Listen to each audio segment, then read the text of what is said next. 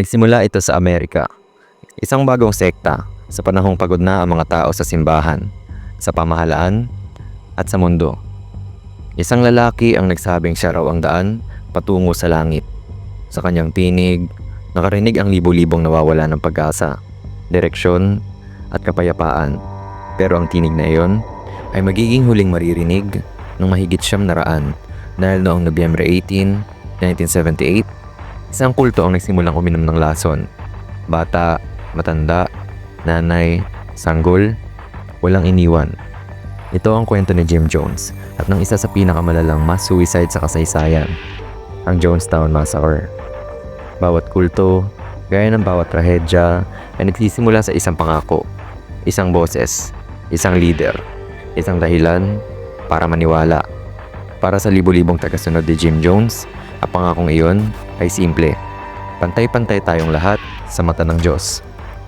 Noong dekada 1950, sa gitna ng tensyon ng Cold War, racial segregation, at pagtaas ng anti-communist hysteria, may isang maliit na religious group sa Indiana na tinatawag ang sarili bilang People's Temple Full Gospel Church. Sa likod nito, si James Warren Jones, isang puting pastor, nakakaiba sa paningin at pananalita. Hindi siya gaya ng ibang leader ng simbahan. Tumatanggap siya ng mga miyembrong black, ang may hirap, ng mga outcast.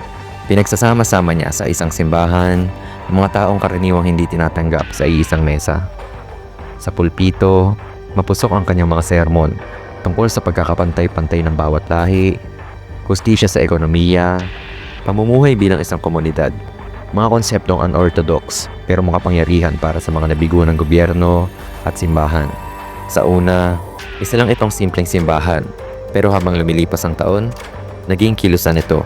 Lumipat sila ng operasyon sa California noong dekada 70, sa Ukiah, pagkatapos ay sa Los Angeles, kalaunan sa San Francisco.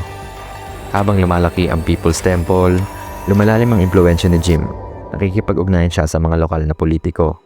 Nagpapadala ng libo-libong miyembro para sa community outreach, feeding programs, at voters' drives. Sa labas, mukha siyang progresibong leader na relihiyoso. Sa loob, unti-unti na siyang nag-aangkin ng kapangyarihan na walang hanggan. Itinuturo niya sa kanyang mga tagasunod na siya raw ay may banal na kapangyarihan. Gumagawa siya ng mga pekeng faith healing. May mga bulag na biglang nakakakita.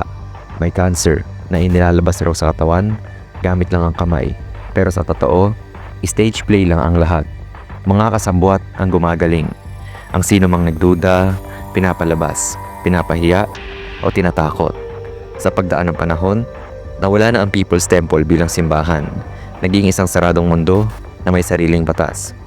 Pinagbawalan ng sex nang walang pahintulot ni Jim. Ipinabibigay ang lahat ng ari-arian ng miyembro sa grupo. Pinipilit ang mga miyembro na pumirma ng pekeng confessions, ng incest, murder, o rebellion bilang panangga kung sakaling tumakas sila. Habang lumalalim ang kontrol, lumalawak din ang paranoia. Sinabihan ni Jim ang kanyang mga tagasunod na tinatugis sila ng CIA at ng white supremacists, kaya dapat silang lumikas, palayo sa Amerika, papunta sa isang paraiso sa kagubatan. Sa isang liblib na bahagi ng Guyana, South America, bumili ang People's Temple ng lupain. Tinawag nila itong Jonestown, isang bagong mundo na malayo sa kapitalismo, rasismo, at gulo ng Amerika. Ito ay paraiso, sabi ni Jim. Dito tayo mabubuhay. Walang galit, walang kapabayaan ng hustisya, puro pagmamahalan. Daan-daang miyembro ang sumama. Sumunod pa ang libo-libong iba. Karamihan ay mga Black American, single mother, at may hirap. Iniwan nila ang lahat, pamilya, bahay, trabaho, dahil naniniwala sila na ito ang langit sa lupa. Sa simula, ang Jonestown ay puno ng pag-asa. May sariling mga taniman, may paaralan para sa mga bata, may daily meetings, antahan, at group meals. Pero hindi nagtagal, ang paraisong ito ay naging bilangguan. Kung ang panaginip ay nagsisimula sa pag-asa, ang pangungot naman ay nagsisimula sa pagkatanto na walang makakatakas. Pagdating ng halos 1,000 tagasunod sa gitna ng kagubatan ng Guyana, agad na napalitan ng pagod at gutom ang pananabik. Ang ipinangakong komunidad ng pag-ibig at pagkakapantay-pantay ay naging isang makinang sakal ng utos, takot, at panonood. Maaga pa lang, mali na ang lahat. Ang lupa ay hindi sapat para sa libo-libong tao. Hindi umabot ng ani. Ang mga barong-barong ay mainit, siksikan, at gawa sa manipis na kahoy. Ang pagkain, maliit na bahagi ng bigas at sabaw. Minsan ay tinapay na may amag. Walang gamot, walang karapatan, walang boses. Ngunit higit pa sa pisikal na hirap, ang mental na pagkakulong, ang tunay na nakakatakot. Ang bawat galaw sa Jonestown ay bantay sarado. May mga armadong gwardya na tinatawag na Red Brigade. Sila ang tagapagbantay ni Jim Jones. May mga loudspeakers sa buong lugar na nagpapalabas ng sermon ni Jones 24/7. Kahit hating gabi, habang natutulog ang mga bata, paulit-ulit niyang sinasabi, "Wawasakin tayo ng Amerika. Ako ang Diyos niyo. Dito lang kayo ligtas." Ang sino mong nagpapakita ng alinlangang damdamin, kung gustong umalis, kung nagtanong, o tumanggi sa utos, ay pinarurusahan sa harap ng lahat. Halimbawa, may batang hinampas ng latigo dahil nahuling umiiyak sa isang sermon. Isang ina ang ipinasok sa box. Isang makipot, madilim na hukay sa ilalim ng lupa, kung saan siya pinakulong ng ilang araw. May mga nakaranas ng mock suicide drills. Pinapainom sila ng inumin at sasabihin lang pagkatapos na hindi pala iyon lason. Pagsubok lang daw. Isang madilim na bahagi ng gabi, tinawag ang lahat sa pavilion sa gitna. Si Jim Jones, nakaupo sa trono, may hawak na mikropono, may bitbit na mga tasa ng pulang likido. Aniya, ito ay pagsubok sa kanilang loyalty. Iinumin nila ito para patunayan ang kanilang pagmamahal. Gagawin ito hindi lang minsan, kung hindi pa ulit-ulit, buwan-buwan. Tinatawag itong White Knight Drills. Mga pagsasanay kung sakaling kailanganin nilang sabay-sabay na mamatay. Ang mga bata ay pinapainom ng una. Ang mga ina ay umiiyak habang sinusubo ang tasa sa bibig ng anak nila. Wala silang alam kung ito ba ay tunay na lason o pagpapanggap lang uli. Pero isang araw, alam nilang totoo na ito. May ilang miyembro na nagsimulang magpumiglas. Nakagawa sila ng lihim na sulat na ipinuslit pabalik sa Amerika. Humihingi sila ng tulong. Ikwinento nila ang mga kalupitan. Binanggit nila ang mga batang may sakit, ang mga gustong makauwi. At dito nagsimula ang pagbagsak ng paraiso. Ang mga kaanak sa Amerika ay nagtipon, nagsampa ng kaso at lumapit sa Kongreso. Isang US Congressman na nagngangalang Leo Ryan ang nagdesisyong pumunta mismo sa Guyana upang imbestigahan ang kalagayan ng mga taga Jonestown. Hindi alam ni Congressman Ryan na sa sandaling tumapak siya sa Jonestown ay papasok na siya sa pinakadelikadong lugar sa kasaysayan ng relihiyosong kulto. Sa isang liblib na lugar, pinipilit ni Jim Jones ang kanyang mga tagasunod na maniwalang ligtas sila, na ang labas ng Jonestown ay kasinungalingan, habang siya ang tanging katotohanan. Pero ang katotohanan, kahit anong takip mo, kusang lumulusot. Minsan saan yun ang sulat, minsan saan yun ang isang Amerikanong kongresista. Matagal nang may agam-agam sa Amerika tungkol sa People's Temple, lalo na mula sa mga pamilya ng mga taong bigla na lang nawala. Iniwan ang kanilang buhay para sumama kay Jim Jones. Ilan sa kanila ay tumanggap ng mga liham na hindi maayos ang pagkakasulat o sulat na halatang dinidikta lang ng leader. May mga magulang na hindi pinayagang makausap ang anak nila. May dating miyembro na tumakas at nagsabing kapag nasa Jonestown ka, hindi ka na tao. Isa kang alipin ng paniniwala. Mula sa mga kwento na pang-aabuso, pagkakulong, gutom, at psychological manipulation, unti-unting lumalakas ang sigaw para sa isang formal na investigasyon. At sa bandang Nobyembre 1978, isang taong may lakas ng loob ang tumugon, si Congressman Leo Ryan mula sa California. Hindi ito ang unang beses na lumusob si Ryan sa panganib. Kilala siya sa immersion style ng paglilingkod. Minsang nagpapakulong para imbestigahan ang kalagayan ng mga preso o nagkukubling guro para masilip ang sistema ng edukasyon. Para sa kanya, personal ang kaso ng Jonestown dahil marami constituent niya sa California ang may nawawalang kaanak sa lugar. Kasama na ang ilang miyembro ng media, photographer, abogado, at ilang dating People's Temple members. Lumipad sila patungong Guyana upang alamin ang katotohanan. Hindi agad pinayagan si Ryan at ang kanyang grupo na pumasok sa Jonestown. Kinakailangan pa ng negosasyon sa pagitan ng US Embassy at ni Jim Jones. Pero noong Nobyembre 17, 1978, isang araw bago ang trahedya, Nakapasok rin sila sa komunidad. Sa una, maayos ang lahat. May mga kanta. Kumakaway ang mga bata. Tila masigla ang komunidad. Si Jim Jones ay kalmado, bagamat may halatang panghihina. Ngunit sa likod ng mga ngiti, may bumubulong na katotohanan. Habang umiikot si Ryan sa Jonestown, may mga lumapit sa kanya ng palihim. Isa-isa silang bumubulong. Dalhin mo kami. Tulungan mo kaming makaalis. Isinulat ng ilan sa papel. Please, Congressman. Gusto ko nang umuwi. Papatayin niya kaming lahat. Ang sumunod na araw, Nobyembre 18, binuo ni Ryan ang isang listahan ng mga taong gustong umalis. Ilang pamilya, ilang bata, ilang matanda. Halos 15 katao ang lumapit. Sapat na para magduda si Jim Jones. Hindi na siya nakangiti. Hindi na siya kalmado. Sa pavilion, nagsimulang magsalita si Jim Jones. Pinagtataksilan nila tayo. Nagsisinungaling sila sa inyo. Sinusubukan nilang sirain ang ating misyon. Nang makalabas ang grupo ni Ryan kasama ang mga gustong tumakas, tumungo sila sa Port Kaituma airstrip, ilang kilometro mula sa Jonestown. Pero bago pa man sila makasakay ng eroplano, habang nagpapasakay ang grupo sa dalawang maliit na eroplano, dumating ang isang truck mula sa Jonestown. Lula nito, ang ilang armado, miyembro ng Red Brigade. Biglang nagpaulan ng bala. Napatay si Congressman Leo Ryan, unang mambabatas ng Amerika na napatay sa tungkulit sa labas ng bansa. Sugatan ng ilang mamamahayag. Patay rin ang ilang miyembro ng People's Temple na gustong tumakas. May mga nakatakas, tumakbo sa gubat, nagtago o nagkunwaring patay. Bumalik sa Jonestown ang masamang balita at doon, inihanda na ni Jim Jones ang kanyang huling sermon. Habang ang putok ng baril ay gumuguhit sa ere ng Port Kaituma airstrip, akala ng mundo ay tapos na ang trahedya. Ngunit sa gitna ng kagubatan ng Guyana, nagsisimula pa lang ang pinakamadilim na kabanata. Pagkatapos ng pamamaril sa congressman at sa mga tumatakas, agad na tinipon ni Jim Jones ang buong komunidad sa pavilion ng Jonestown. May isa na namang tawag sa loudspeaker. White Knight, White Knight, White Knight. Lahat ay pumunta sa pavilion.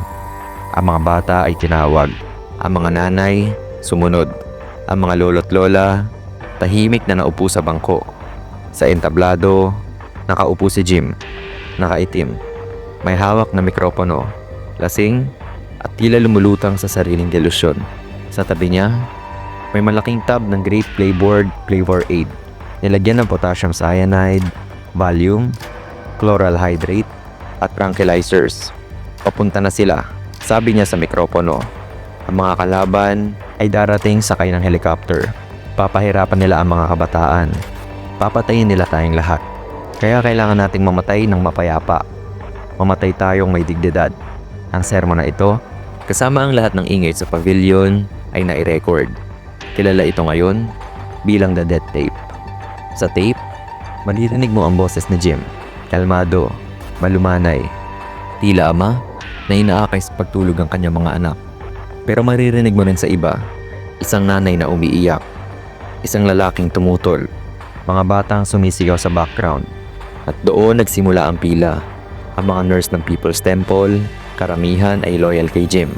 Unang tinawag ang mga ina at bata. Isa-isang binigyan ng tasa.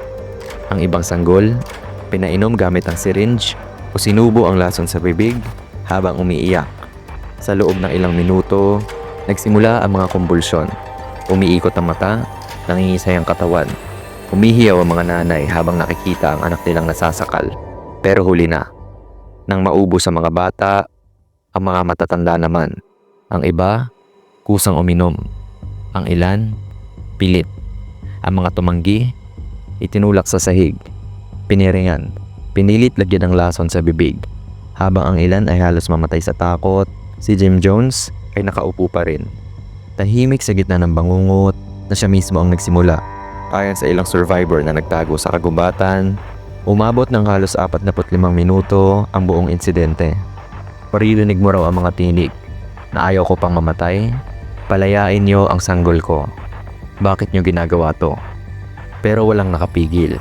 Hindi dahil wala ng lakas ng loob ang mga tao, kundi dahil naubos na ang paniniwala nila sa labas. Tanging si Jim Jones na lang ang meron sila.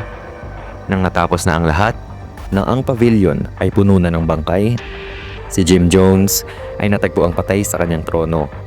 May baril sa ulo. Hindi uminom ng lason. Pinili niyang mamatay sa paraan na hindi niya inalok sa iba. Kinabukasan, dumating ang mga otoridad at sa harap nila, isang eksena ng purong mangungot. Halos 940 na bangkay ang nakahilera, nakasalansan, nakayakap, nakadapa, nakanganga. Mga sanggol sa dibdib ng mga nanay, mga lola at lolo na parang natulog lang. Mga lalaking tila nagtagumpay sa pagtakas, pero tinamaan ng baril sa likod. Ang hangin ay mabaho, ang lupa ay basa ng lason at ihi, at ang papilyon, tahimik na tila walang nangyari, pero hindi malilimutan. 940 ng patay, 304 sa kanila ay mga bata. Lahat naniwala, lahat sumunod, lahat iniwan ng mundo na tila wala silang halaga. Pero matapos ang katahimikan sa kagubatan ng Guyana, sumabog ang ingay ng katotohanan. Nobyembre 19, 1978. Nangiulat ng mga unang rescuers ang nakita nila sa Jonestown, hindi makapaniwala ang mundo. Isang buong komunidad, patay, mga larawan ng sanggol na yakapan ng ina, mga piling katawan na nakasalansan na parang basura. At sa gitna nito, ang pangalan ni Jim Jones, dating faith healer, dating tagapagsalita ng pagkakapantay-pantay. Ngayon ay tagapagdala ng isang buong sambayanan sa kamatayan. Sa mga news anchor sa Amerika, narinig ang parehong salita. Hindi ka panipaniwala. Nakakagulat. Isang trahedya sa modernong panahon. Ngunit ang mas nakakatakot kaysa sa pagkamatay ay ang tanong na nananatiling gumugulo sa isip ng lahat. Paano ito nangyari? Paano nakumbinsi ng isang tao ang 900 na katao na sabay-sabay na mamatay? May mga nakaligtas. Halos 80 katao. Karamihan ay nagtago sa gubat o umalis sa compound bago mangyari ang lasunan. Isa sa kanila, isang matandang babaeng natulog sa cabin at nagising na tahimik na ang paligid. Pagbaba niya, ang buong Jonestown ay patay na. Isa pang survivor ay pinilit noon ni Jim na tumulong sa pagpila ng mga bata, pero nakatakas matapos makakita ng butas. Matapos ang insidente, sinimulan ng US Congress at FBI ang investigasyon. Natagpuan ang mahigit $15 million na asset sa pangalan ng People's Temple, kalat sa iba't ibang bansa. May koneksyon sa Swiss banks. Nalaman din na ilang miyembro ng temple sa Amerika ay aktibo pa, at may iba na nagsimula ng bagong grupo matapos ang Jonestown. Ang iba, naniniwala pa rin na si Jim Jones ay martir, na ang nangyari ay hindi suicide, kung hindi sagradong sakripisyo. May mga nagsasabing baka raw may kasabwat sa gobyerno, na may mga nagsara ng mata, na matagal nang may senyales, pero walang gustong makialam. Ang Jonestown ay hindi lang isang trahedya. Isa itong salamin sa reliyon, politika, at kahinaan ng tao. Ipinakita nito na kapag gutom ang tao sa pagmamahal, kapag sawang-sawa na sila sa diskriminasyon, kahirapan, at pang-aapi, kakapit nila sa sino mang magsasabing ako ang sagot. At kapag ang tanong na iyon ay hindi lang leader, kundi boses ng Diyos para sa kanila, mabubulagan lahat, kahit hanggang kamatayan. Matapos ang lahat, wala ni isang miyembro ng People's Temple ang nakulong. Wala ring opisyal mula sa gobyerno na humarap sa kasalanan ng kapabayaan. Si Jim Jones, ang utak ng lahat, nagtapos sa isang mabilis na putok ng baril. Walang paglilitis, walang hustisya.